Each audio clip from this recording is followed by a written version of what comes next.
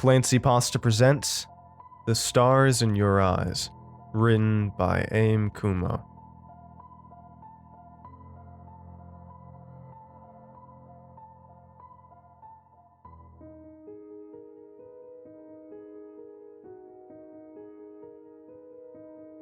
Do you know those mild summer nights where you would enjoy summer break by laying down on a meadow, gazing up to the seemingly endless sky and watching the stars appear one by one as your eyes gradually adjust to the darkness, letting the soft warm breeze caress your skin while you're getting lost in deep thoughts about your life, maybe about the universe, maybe about love? Because of the remote area I lived in when I was 12, there was barely anyone up at night. Even in the middle of the day, you could consider yourself lucky to ever witness a car passing through the streets, and even if you did, it was most likely one of the neighbors. I used to make myself at home in our garden and spend the night outside due to the pleasing temperatures, even throughout the later hours. I would fall asleep laying in the grass, listening to the leaves rustling, or, in some nights, I would listen to the silence when there was no wind. No matter how often I did this, it kept on being a magical experience for me. When I first heard of star signs, I tried to make them out in the sky vainly, but relentlessly. Even if I didn't find the official ones, my childish mind created its own signs, and soon enough, the sky was full of new creatures consisting of stars. I tried giving some of them names, a horoscope meaning or a story as of why they were the sign they are. There were hordes of lions in various directions, knights in armor. I even saw abstract things like cars in the sky eventually, all brought forth by the mind of a child. I started to get used to seeing the signs I liked the most and almost immediately recognized them when I looked at the night sky. That's when I began to make stories with them. The lion sign, which was my favorite of them all, was the main character who had to fight the knights that tried to hunt the other lions. There was also this other sign that made me chuckle every time because even though I imagined it being human, the stars forming the face were so displaced that the sign looked almost silly. The reason why I remember the story so well is because at that point in time, I'd spend most of my time either outside watching the stars or inside trying to develop their stories more. Oh, how I wish it stayed that way. My parents grew worried about me, knowing it wasn't normal for a child my age to be such a fanatic over star signs. They supported me at first, but I could tell by their expressions that after I proposed to swap my sleeping cycle to sleep at day to be able to watch the stars all night, they were seriously concerned. They had a talk with me telling me that something was wrong with me and that they wanted me to stop being so obsessed. Even though they insisted on loving me despite everything, I got angry at them and ran outside into the woods connecting to our garden. That night was the first time I talked to Leo, the biggest of the lion star signs.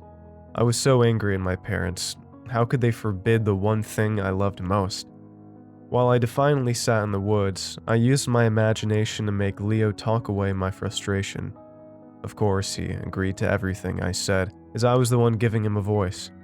I shouted out all of the anger I felt in that moment, and Leo kept chiming in with the stupidest and most infantile statements. Wiping some tears, I calmed down and laid on the ground exhausted from my rage. The feeling of being able to let out everything bad was so relieving. I felt free from all burden. I closed my tear-stained eyes, and it was like I was floating. I heard Leo telling me to get up, but I was so exhausted that I stayed put and only stared upwards at the signs I loved so dearly. I reached out to them with my hand, and it felt like they came closer to grab me and take me to wherever they lived. The rustling of the leaves became faint, and I focused on my friends more and more. I was almost able to get a hold of them. They felt so close that I couldn't even see one end when I looked at the other end of one of them. The silly man was there too, his face even more distorted than before. I let out a chuckle, watching the stars forming them sway and making them seem like they moved. The closer I floated to them, the less they looked like the signs I once knew. Pairs of stars gathered around me as if they wanted to welcome me, but I felt like a stranger. Slowly getting uncomfortable, I turned my head in every direction only to realize they seemed to come even closer. All the secureness Leo provided to me vanished, and I searched for him without success.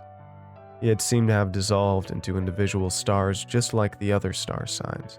I could make out silhouettes of creatures that creeped closer as I unwillingly floated towards them, but none of them even slightly resembled Leo. Then one of them blinked.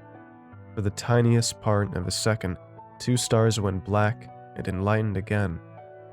Jerkily, I turned around, breathing faster. What was that? I thought to myself, watching the distant lights grow bigger as they approached me from all sides. The silhouettes gradually gained clearer edges, and I could make out slender, pitch-black bodies following the pairs of stars they had as eyes. I was panicking when I realized that those things were alive. Alive and coming for me. Leo wasn't of any help anymore. He was merely a swarm of those menacing creatures I had happily called friends for so long. That's when one of them sprinted forward, the others following its example and dashing towards me. Their glowing eyes we humans foolishly described as stars elided each other and formed shadows on their faces. I screamed, not only because of the sudden convergence, but also because of the sight of their creased, inhuman faces which were far beyond any human imagination. I woke up to the sounds of sirens and my parents sitting next to me, crying and holding me close, relieved that they found me.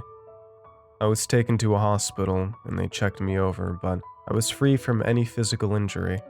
But after this incident, I wasn't the same anymore.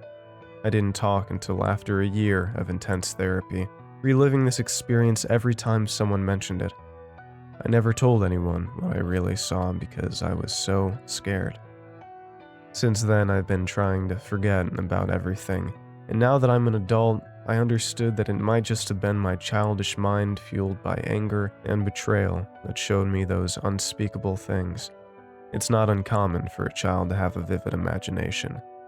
But there is a reason why I'm telling this story now. I saw them blink again.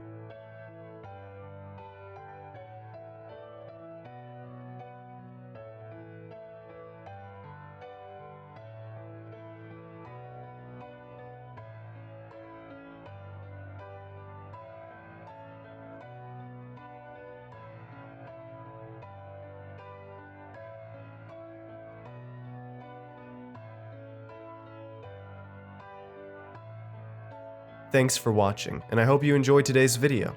I want to give a huge thanks to all of my supporters over at Patreon and YouTube memberships. Your support makes these narrations possible, and I appreciate it a ton. If you'd like to join these lovely ghouls, you can head on over to my Patreon at patreon.com/clancypasta, or click the join button below to become a member. And if you'd like creepy cool shirts, make sure to head on over and check out my official merch store for some awesome tees, hoodies, stickers, and more. Alright. Thank you all for watching, and I hope you have a great night. Cheers.